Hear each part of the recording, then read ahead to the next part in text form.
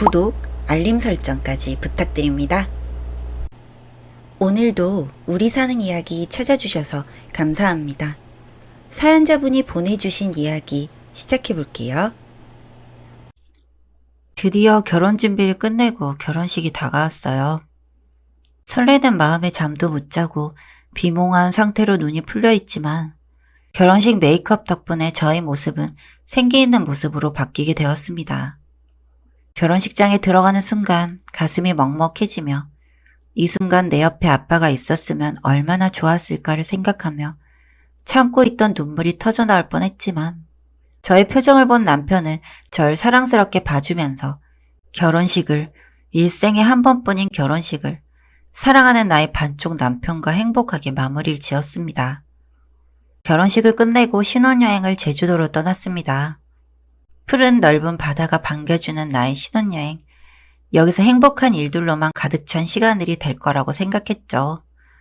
하지만 저의 행복한 시간은 오래가지 못했습니다. 고작 그 사람을 만나기 전까지의 짧은 시간이었죠.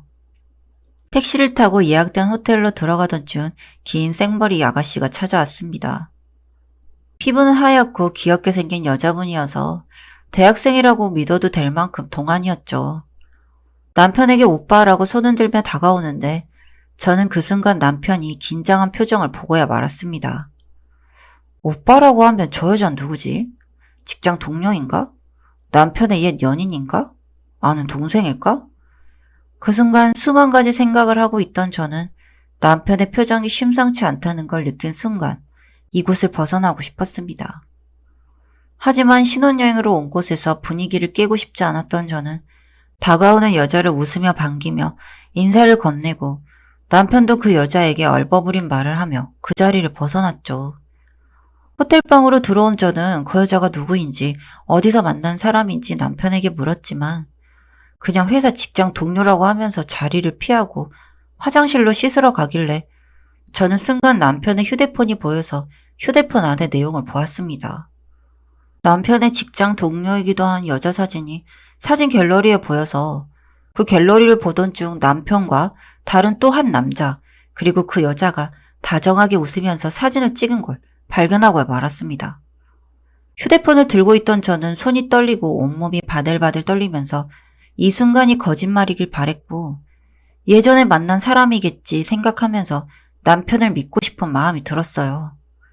하지만 저와 연애를 하고 결혼식까지 진행하는 오늘까지도 그 여자와 문자하고 연락한 내용을 본 저는 그 순간 눈물이 나면서 남편에 대한 의심이 나기 시작했습니다. 그 순간 문자가 왔습니다. 오빠 어디야? 문자가 오는 순간 전 깨달았습니다. 남편이 결혼을 하고 나와 신혼여행을 온 이 순간까지도 다른 여자와 양다리를 진행하고 있다는 걸요. 모든 걸 확인하고 휴대폰에 제자리를 놓은 뒤 호텔방에 나와 1층 로비에서 만난 여자를 다시 찾고 다녔습니다. 로비 한 카페에서 아메리카노를 마시고 있던 여자는 저를 보며 씩 웃더니 다시 휴대폰을 보길래 그 여자에게 다가갔어요. 지금 뭐 하시는 거죠? 누구시죠? 모른 척 하지 마시고 이야기해보세요. 제 남편이랑 무슨 관계시냐고요. 오빠가 말 안 해요? 우리 사이? 저는 이 순간 당당하게 말하는 이 여자를 보며 어이가 없고 어떻게 이렇게 당당할 수가 있는지 순간 멍해지더군요. 다시 제정신을 찾으려고 한 순간 남편이 찾아왔습니다. 여보 여기서 뭐? 라고 하는 순간 제 앞에 가려져 있던 여자를 발견했습니다. 너 여기서 뭐 하고 있어? 당장 안 나가? 내가 왜 나가? 나도 여기 호텔 예약했어. 두 사람의 대화는 제 귀에 들리지 않았습니다. 제 두 눈 속에 들어오는 건 저 여자와 남편이 절 가지고 놀았다는 생각밖에 들지 않아서 눈물이 흐르더군요. 두 사람이 이야기를 하며 실랑이를 벌이고 있던 중 저는 남편에게 이야기했습니다. 지금 이 상황이 어떤 상황이고 이 여자는 누구인지 분명 직장 동료라고 했는데 나한테 거짓말한 게 없는지. 그 순간 남편은 절 보며 아무 말도 하지 못했습니다. 더 이상 거짓말할 수 없다는 거겠죠. 저는 이 순간 이 자리에 더는 있고 싶지 않아서 밖으로 나가 오고 있는 택시를 잡고 아무 곳이나 이야기하며 떠났습니다. 핸드폰으로 걸려오는 남편의 전화는 받지 않고 흐느끼면서 울고 있던 저에게 택시 기사님이 이야기를 했습니다. 무슨 일 있었냐고. 저도 모르게 술술 이야기가 나오더라고요. 솔직히 누구에게라도 말하고 싶은 심정이었습니다. 그래서 울면서 말하기 시작했죠. 오늘 결혼을 해서 신혼여행을 왔는데 남편이 바람을 피우고 있었고 양다리를 거치고 있었다고요. 택시 기사님은 그 이야기를 들은 후 아무 말 없이 운전을 하시면서 신호가 멈춘 후 저에게 이야기를 했습니다. 젊어 보인 아가씨, 너무 슬퍼하지 마요. 제 이야기 잠깐 해줄까요? 택시 운전을 한 지 20년이 지난 지금 저는 20년 동안 잃어버린 딸을 찾고 있답니다. 잃어버린 딸이 어렸을 때부터 저에게 이야기한 적이 있어요. 결혼을 하고 나면 반드시 신혼여행을 제주도로 오고 싶다고 이야기를 하더군요. 딸을 못 본 지 20년이 지난 지금 아가씨 또래가 됐을 우리 딸이 생각나네요. 그 순간 전 이상한 기분이 들었습니다. 말로 표현할 수 없는 이상한 기분 말이에요. 그때 처음으로 그 택시기사님 얼굴을 한번 봤습니다. 그런데 순간 어디선가 본 듯한 눈빛과 인상인 겁니다. 어디서 본 적은 있는 것 같은데 기억은 없고 말씀해주신 사연도 그렇고. 그런데 저는 오늘 하루 받은 충격이 너무 심해서 더 생각할 여유가 없었습니다. 그냥 느낌이겠거니 했고 속상한 마음이나 달래자 싶었죠. 그렇게 택시에서 내리게 되는데 그 순간 기사님의 조수석에 붙어있는 사진이 눈에 띄었습니다. 익숙한 사진. 네, 제가 어렸을 때 부모님과 함께 여행을 간 사진이었습니다. 갑자기 소름이 돋고 왜 저분이 이 사진을 가지고 있는 건지 궁금해졌습니다. 어렴풋이 제가 떠오르는 기억이 있는데 그건 제가 10살 때 놀이공원에서 아빠와 함께 손잡고 놀러 갔던 날 솜사탕을 사줄 테니 의자에 앉아서 기다리라고 하던 아빠의 모습이었습니다. 그런데 아빠는 시간이 지나도 나타나지 않아서 저는 엉엉 울면서 한참을 찾아다녔던 것 같아요. 하지만 결국에 아빠를 만나지 못했습니다. 밤늦게 겨우 엄마가 절 찾아와 주셨지만 아빠는 그날 이후로 세상에서 사라진 사람처럼 그렇게 없어지셨거든요. 그렇게 아빠를 보지 못하고 살아온 게 20년이 넘었습니다. 그런데 제주도에서 정말 말도 안 되는 곳에서 아빠일지도 모르는 사람을 만나게 되었다는 게 믿기진 않았지만 사진과 정황상 아빠가 확실한 거였습니다.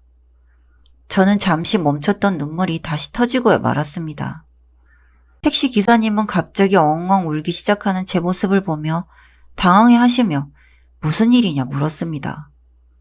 전 길게 말할 것도 없이 그분에게 제 이름을 말했고 그분도 갑자기 표정이 확 굳어지면서 말도 안 된다는 표정으로 절 바라보았습니다. 왜 이제서야 나타난 건지, 그동안 어디 갔다가 이제서야 나타난 건지 원망 섞인 말이 저절로 튀어나왔습니다. 솔직히 화가 나서 소리를 치고 화를 냈던 것 같습니다. 그런 저를 아무 말씀도 못한 채 쳐다만 보고 있는 아빠를 보니 정말 오만 감정이 다 휘몰아치는 기분이었습니다. 겨우 진정해 나가는 저에게 아빠는 그때 이야기를 시작하셨습니다. 20년 전 절 버린 것이 아니었다고요. 그 당시 사업이 완전히 망해서 저와 엄마를 빚쟁이들에게 시달리게 할 순 없어 미리 조치를 취하셨던 거라고 했습니다. 다시 재기에 성공하면 딸과 아내 앞에 나타나야겠다고 다짐하면서요. 그렇게 사업을 다시 시작했지만 쉽지 않았고 또 한 번의 실패를 맛봤다고 하셨습니다. 그렇게 시간이 흘러가다 보니 이런 애비가 있는 게 나은 걸까? 차라리 없는 게 낫지 않을까 하는 생각에 그렇게 포기하셨다고 하더군요. 그 말을 들은 저는 아빠에게 그렇게 생각한 아빠가 더 한심하고 원망스럽다고 외쳤습니다. 같이 이겨내면 좋았을 텐데 왜 그랬냐고, 다 핑계라고 말이죠. 그리고 20년 동안 미워하고 원망했던 아빠의 모습을 두 눈으로 보며 이야기를 나누게 되니 좋다고. 나조차도 내가 이렇게 아빠를 그리워하며 살고 있었을 줄은 몰랐는데 이제라도 만나게 된 게 너무 감사하고 또 감사하다며 진심을 이야기하니 아빠가 잘못했다고 무릎을 꿇으셨습니다. 먼저 찾아갈 용기도 없었던 아빠를 용서하라고요. 그렇게 제가 묵고 있던 숙소 앞에서 그렇게 아빠와 제의를 했습니다. 때마침 숙소 근처에서 절 찾고 있던 남편이 절 보고 달려왔고 변명을 늘어놓기 시작했습니다. 그 여자는 만나고 있는 여자가 아니라 남편 직장 상사의 여동생인데 우울증이 있다고 해서 캠핑을 갈 때 한 번 상사가 데리고 와서 얼굴을 본 이유로 남편을 좋아한다며 괴롭혔다는 겁니다. 딱 한 번 봤는데 자신의 남편처럼 생각한다고요. 그걸 말릴 수도 없고 말리는데도 한계가 있어서 결국 이런 일까지 벌어졌다고요. 다행히 그 직장 상사도 제주도까지 와서 여동생을 끌고 돌아갔다고 하는 겁니다. 신혼여행을 온 동료에게 이게 무슨 짓이냐며 정말 미안하다고 말하며 돌아갔다고 하더군요. 저는 남편에게 왜 솔직하게 말하지 못했는지 다시 물어봤지만 제가 직장생활까지 이야기하면 걱정하고 신경 쓸까봐 이야기를 못했다고 했습니다. 곁에 있던 아빠도 저에게 사실인 것 같으니 들어주라고 말씀하셨고 그 직장 상사까지 전화를 해오며 사정을 말하길래 넘어가기로 했습니다. 자신의 여동생이 우울증이 있어서 극으로 치달으면 아무도 말릴 수 없다고요. 그리고 남편에게도 갑자기 나타난 아빠에 대한 이야기를 했습니다. 남편도 놀란 눈치였지만 그래도 축하한다고 절 다독여 주었습니다. 어찌 보면 정말 일생 단 한 번뿐인 신혼여행이 엉망이 되었을 수도 있는데 아빠를 만났다는 것으로 그 모든 것이 용서가 되었습니다. 제 잃어버렸던 퍼즐의 조각을 찾아 완성된 그림이 그려지고 나니 안정감이 들었습니다. 앞으로 저희 가족은 풀어가야 할 이야기들이 아주 많습니다. 때로는 이해 못할 부분도 많고 또 이제껏 자유롭게 살아오신 아빠와 함께할 수 없을지도 모르고요. 하지만 이젠 하나하나 잘 해결해 나가려고 합니다. 어딘가에서 그래도 이렇게 살아 계셨다는 것에 감사하며 말이죠. 세상에 이런 일이 나온 사연들을 보면서 때론 저게 다 진짜일까? 하는 생각을 하곤 했습니다. 그런데 제가 겪은 이 일도 정말 말해도 믿지 못할 그럴 일들이겠죠. 하늘에서 주신 선물이라 생각하고 하루하루 행복하게 지내려고 합니다. 읽어주셔서 감사합니다. 사연은 여기까지였고요. 우리 사는 이야기 시청해주셔서 감사합니다.